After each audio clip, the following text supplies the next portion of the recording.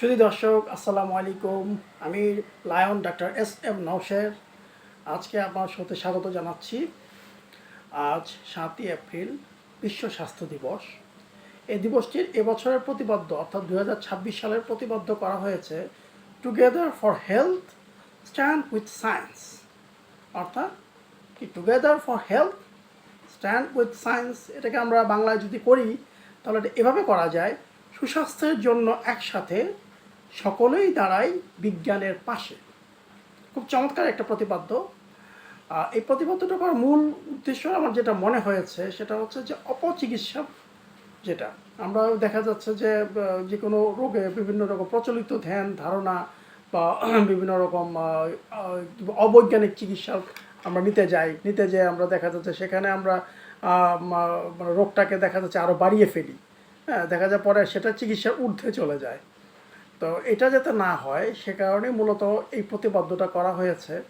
আমরা উচিত আসলে সেই চিকিৎসাটাই নেয়া যেটা আসলে বিজ্ঞান দ্বারা প্রমাণিত, অর্থাৎ বিজ্ঞানে সায়েন্টিফিক্যালি প্রুভেন যে ট্রিটমেন্ট সিস্টেম, সেই ট্রিটমেন্ট সিস্টেমটাই আসলে আমাদেরকে নেওয়া উচিত।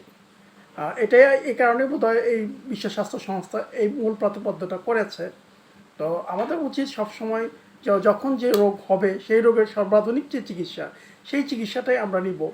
যেমন ধরা যাক এখন যেরকম মিজলস হচ্ছে, মিজলসটা বেশ হচ্ছে, তো মিজলসটাকে আমরা প্রিভেন্ট করতে পারি কীভাবে? টিকার মাধ্যমে।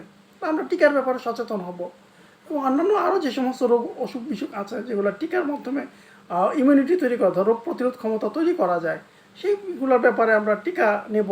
নিজের সন্তানকে টিকা নেওয়াবো এবং অপর সন্তানকেও টিকা নিতে উদ্বুদ্ধ আমরা করব। এবং অন্যান্য চিকিৎসার বেলাও তো একই কথা, মানে সর্বাধুনিক যে চিকিৎসা যেটা বিজ্ঞান দ্বারা স্বীকৃত, সেই চিকিৎসাই আসলে সকলের নেওয়া উচিত।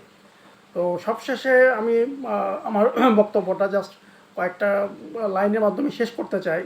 সেটা হচ্ছে, বিজ্ঞানের উপর আস্থা রাখব, স্বাস্থ্য বিষয়ে সচেতন থাকব, কোনো অপচিকিৎসা করাবো না, অন্ধবিশ্বাসে পথ হারাবো না, সুস্থ শরীর প্রশান্ত মন গড়ার শপথ নেব, নিজে জানব, অপরকেও জানাবো। ধন্যবাদ।